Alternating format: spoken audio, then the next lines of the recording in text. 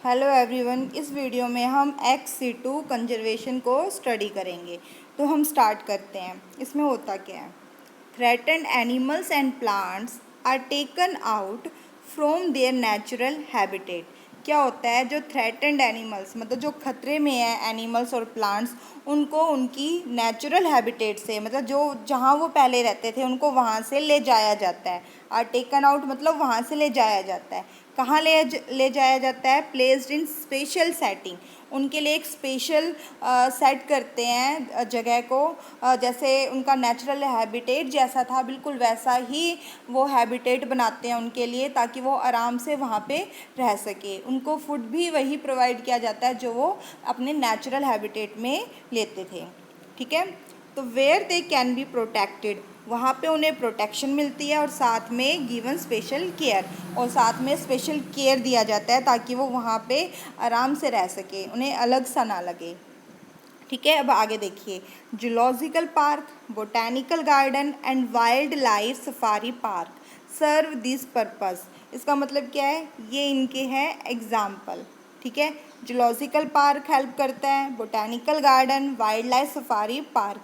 तो zoological park मतलब आप, और बोटैनिकल गार्डन तो क्या होता है वहाँ पे? आपने देखा भी होगा, जैसे आप चिड़ियाघर जाते हो तो शेर चिड़ियाघर में थोड़ी मिलता है, तो शेर तो जंगल में मिलता है।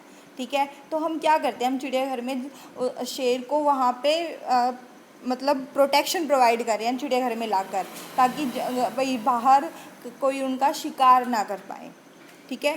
तो हम उन्हें प्रोटेक्शन दे रहे हैं। जैसे पक्षी वगैरह, आजकल पेड़ कम होते जा रहे हैं तो हमें पक्षियाँ भी इतनी, बर्ड्स हमें नहीं दिखाई देते हैं। तो क्या है, चिड़ियाघर में पेड़ होते हैं। ठीक है। आपने पेड़ों पे पक्षियों को देखे हैं, तो मतलब उनको बिल्कुल वैसा सेम हैबिटेट प्रोवाइड किया जाता है ताकि वो वहाँ पे आराम से रह सके। इसलिए इन्होंने कहा है गिवन स्पेशल केयर। ठीक है। तो बोटैनिकल गार्डन में भी ऐसा ही होता है कि जहाँ पे मतलब वहाँ पे ऐसे प्लांट हमें देखने को मिलते हैं जो वहाँ पे उस जगह ग्रो नहीं करते थे। ठीक है। हम वहाँ पे ऐसे प्लांट को प्रिजर्व करके रखते हैं ताकि हमारे आगे आने वाली जनरेशन को उसके बारे में पता हो, वो देख सके। ठीक है। उनको खुद ऑब्ज़र्व कर सके। ये नहीं कि सिर्फ किताबों में ही पढ़े कि हाँ, जैसे हमने डायनासोर को नहीं देखा, हमने ये बस पढ़ा ही है कि डायनासोर नाम का कोई जीव हुआ करता था। ठीक है। तो अगर हम अभी अपनी इनको डाइवर्सिटी को, अपने नेचर को प्रिजर्व नहीं करेंगे, उनके बारे में नहीं सोचेंगे, तो हमारे आगे जो आने वाली जनरेशन है उनको कुछ भी देखने को नहीं मिलेगा। उन्हें सिर्फ किताबों में ही उनके बारे में जानकारी मिलेगी बस। ठीक है। इसलिए ये चैप्टर जो है बहुत ही इम्पोर्टेंट है। क्यों? क्योंकि इसके थ्रू हमें ये पता चल रहा है कि डाइवर्सिटी हमारे नेचर में क्या रोल प्ले कर रहा है। ठीक है। ताकि हम उनको सेव कर सकें, सेफ रख सकें। ठीक है। अब हम आगे देखते हैं। There are many animals that have become extinct in wild but continue to be maintain in zoological park. क्या कह रहे हैं ये कह रहे हैं कि बहुत सारे एनिमल्स हैं जो कि एक्सटिंक्ट हो चुके हैं। ठीक है। और but continue to be maintain, पर उनको हम कंटिन्यू क्या कर रहे हैं? मेंटेन करके रखते हैं। कहाँ? जूलॉजिकल पार्क में। ठीक है। अब आगे देखते हैं। In recent years XC2 conservation has advanced beyond keeping threatened species in enclosure. क्या हो रहा है? रिसेंट हम क्या कर रहे हैं? XC2 कंजर्वेशन के थ्रू हमने एक बड़े पैमाने में मतलब जितने भी को जो स्पीसीज खतरे में हैं उनको हमने एक स्पेशल केयर प्रोवाइड किया है, उनको एक हैबिटेट प्रोवाइड किया है ताकि वो थ्रेटेंड स्पीसीज़, खतरे में जो स्पीसीज़ है उनको बचाया जा सके। ठीक है। तो हम अब आगे देखते हैं और आगे क्या लिखा हुआ है इसके अंदर। तो देखिए,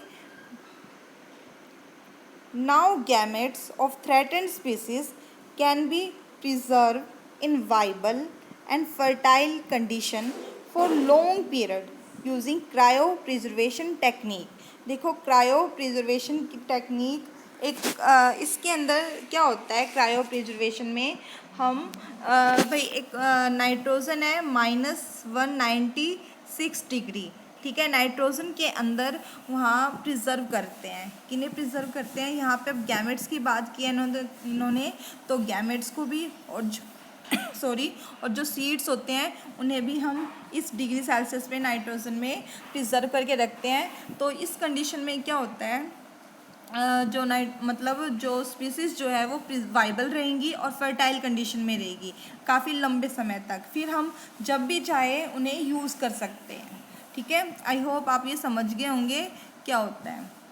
अब आगे देखिए, eggs can be fertilize in vitro.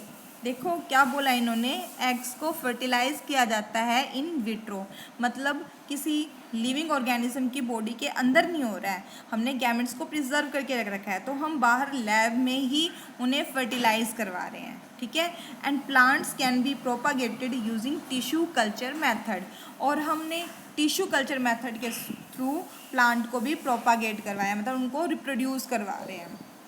Tissue culture method में क्या होता है, एक टिश्यू लेते हैं हम और उसे क्या है, उन्हें कल्चर किया जाता है और फिर उसमें से क्या होता है, न्यू प्लांट जो है वो प्रोपागेट होते हैं। ठीक है, अब आगे देखिए, seeds of different genetic strains of commercially important plant can be kept, पर जो कमर्शियली इम्पोर्टेंट प्लांट जो है उनके सीड्स को लंबे समय तक प्रिजर्व करके रखते हैं। ठीक है, क्रायो प्रिजर्वेशन टेक्निक है। अगर कोई पूछे कि कैसे प्रिजर्व करते हैं, तो क्रायो प्रिजर्वेशन टेक्निक के थ्रू।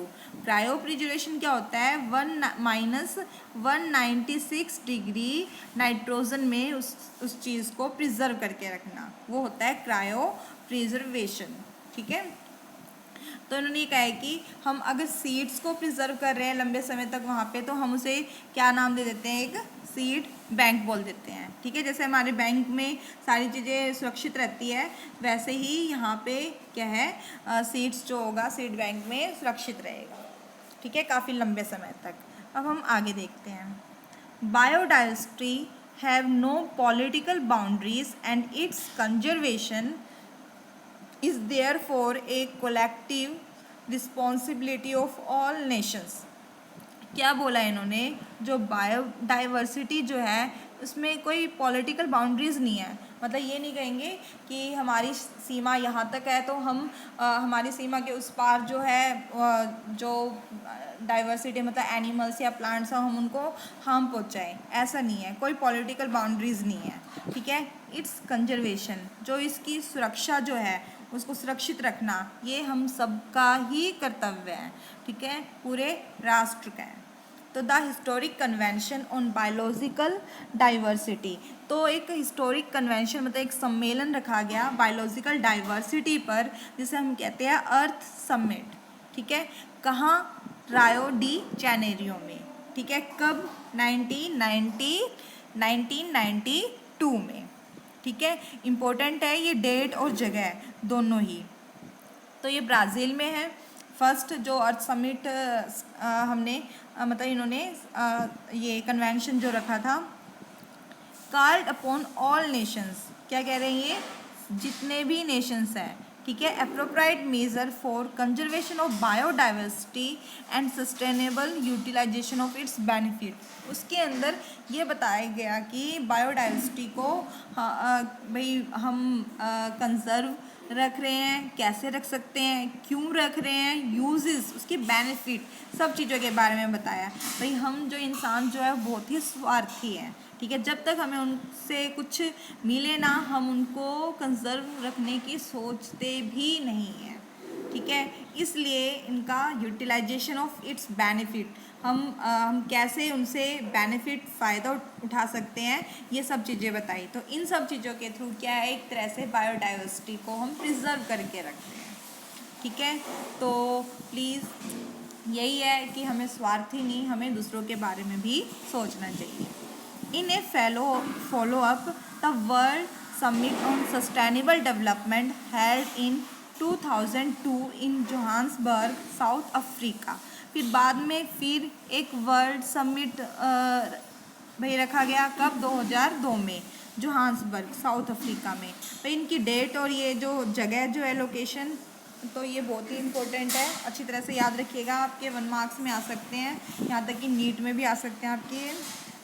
तो 190 countries placed their commitment to achieve by 2010। तो ये क्या कह रहे हैं, जो 190 कंट्रीज़ जो है ठीक है।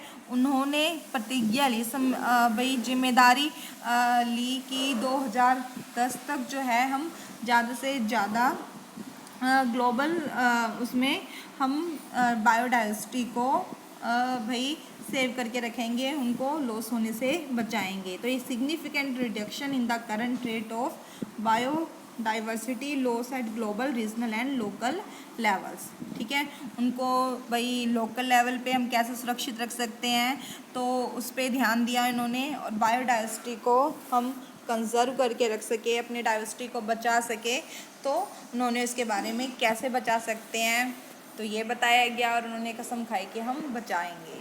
ठीक है, आई होप आप ये चैप्टर समझ गए होंगे। आपका ये चैप्टर जो है वो अब कंप्लीट हो चुका है। ठीक है, हम नेक्स्ट वीडियो में न्यू चैप्टर स्टार्ट करेंगे। Thank you.